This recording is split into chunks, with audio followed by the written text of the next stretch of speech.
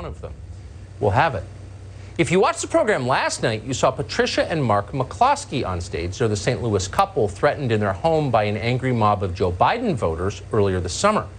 Unlike so many victims of left-wing threats, the McCloskeys decided to defend themselves.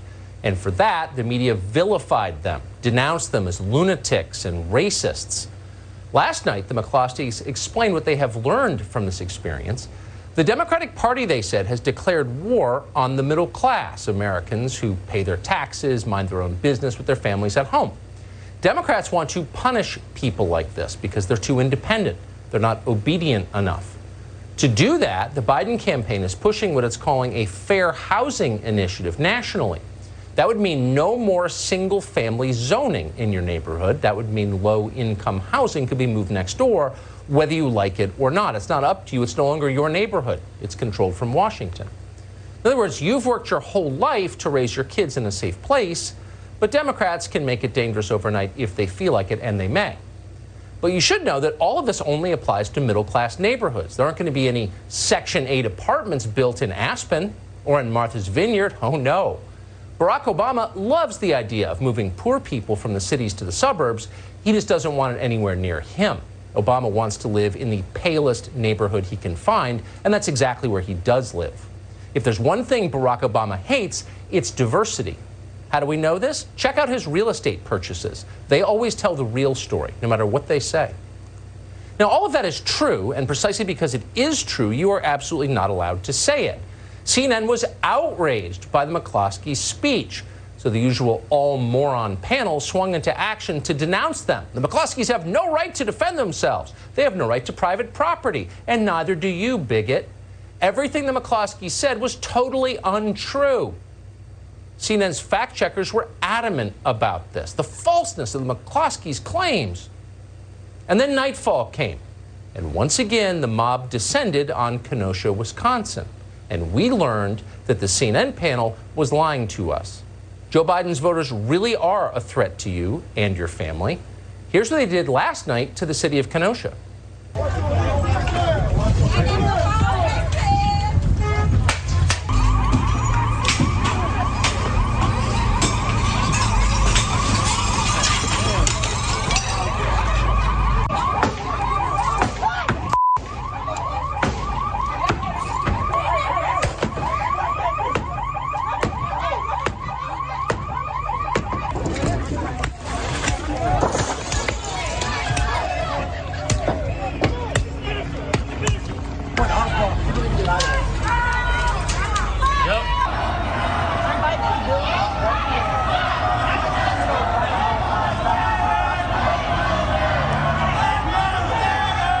That video is just the beginning of it. There are hours and hours of video like that on the internet.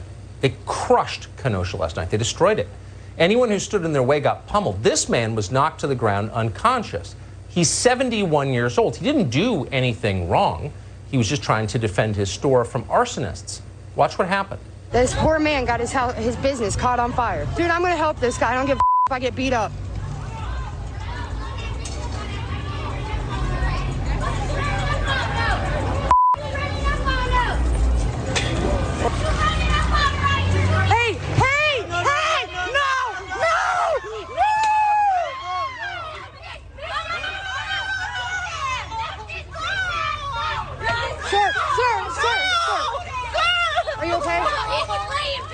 It was almost exclusively young people in the street committing violence. It always is. As the fires burned, normal people in Kenosha cowered in their homes. As it happens, the city is home to a sizable Hispanic immigrant population. There's no evidence they participated in any of this. They weren't in the street yelling about the police or BLM.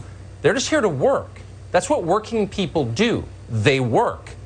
They don't riot, as if we needed more evidence. This is actually a class war masquerading as a race conflict. That's exactly what it is, designed to crush America's middle class, and it's working. As the sun rose on Kenosha this morning, the scale of the destruction became painfully obvious. Watch this store owner in Kenosha discover that everything she worked for is gone. They all came in here and ruined our community, and it wasn't theirs to ruin. This is horrible. It's just, this business started in 1961. We service everybody. It's just so wrong. I don't know what else to say. We service everybody, she says. You can hear the confusion in her voice. Why did they do this to me? And the short answer is because they could. Nobody stopped them from burning down her business or burning down the city. The Kenosha County Democratic Party didn't stop them.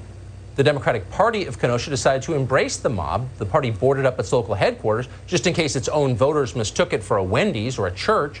Then they plastered BLM signs on the plywood.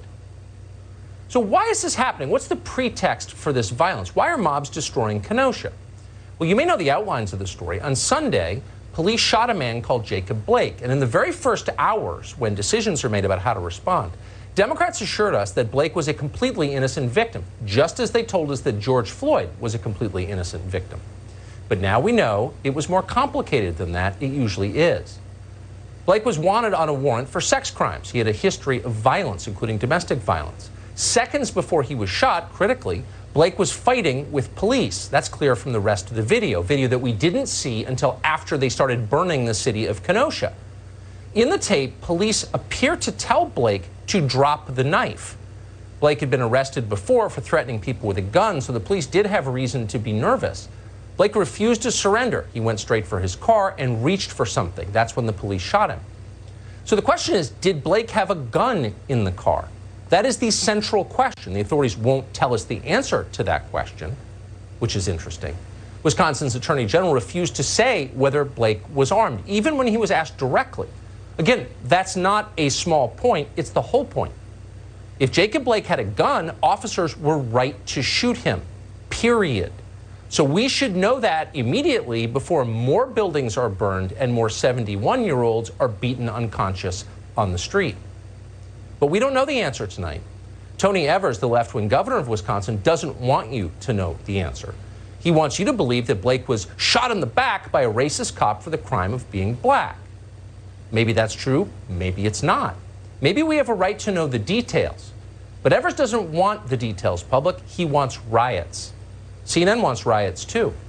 Last night, for a few seconds, CNN accidentally told the truth about what is happening in Kenosha. This is remarkable. Check out the screen here. Watch as they scrub any reference to violence. Set the scene for us. Walk us through what you're learning. That's right, Wolf. Well, there are a lot of investigations playing out right now trying to figure out what led up to Jacob Blake being shot. But what we do know for sure is that people are angry. They have expressed that anger through demonstrations. Do you see it disappear? It's like one of those old Soviet photographs in the Stalin era. Oh, where's Bukharin? Oh, he was never there. It's a remarkably revealing clip. CNN accidentally committing journalism before the Dwarf King catches wind of it and shuts it down. Stop telling the truth. You'll also notice that their screen before and after refers to Jacob Blake as, quote, unarmed. Unarmed? Do we know that Jacob Blake was unarmed? No, we don't know that. In fact, as we just told you, it appears the police believed otherwise. But we certainly tonight can't say categorically he was unarmed. That's a lie. CNN is lying to you. Why? You know why. They're trying to manipulate you. They've got an election to win. Nothing is more important than that. Nothing. And that would include democracy itself. Last week during the Democratic Convention, we played you long clips of it. Leading Democrats, including Barack Obama, used the word democracy scores of times. The point is to defend democracy, they told us. But Hillary Clinton has admitted, actually, democracy could be a speed bump on the way to what they want. Watch this. Joe Biden should not concede under any circumstances because I think this is going to drag out, and eventually I do believe he will win if we don't give an inch and if we are as focused and relentless as the other side is. He shouldn't concede under any circumstances? What if he loses the election? No! He should never concede, says Hillary Clinton, no matter what the results are. No matter what voters want as expressed by their votes. We must rule regardless of what the population desires. Oh, talk about redefining democracy. This is the Democratic Party's new version. And if you don't like it, maybe they'll send some peaceful protesters to your house. Mark Meadows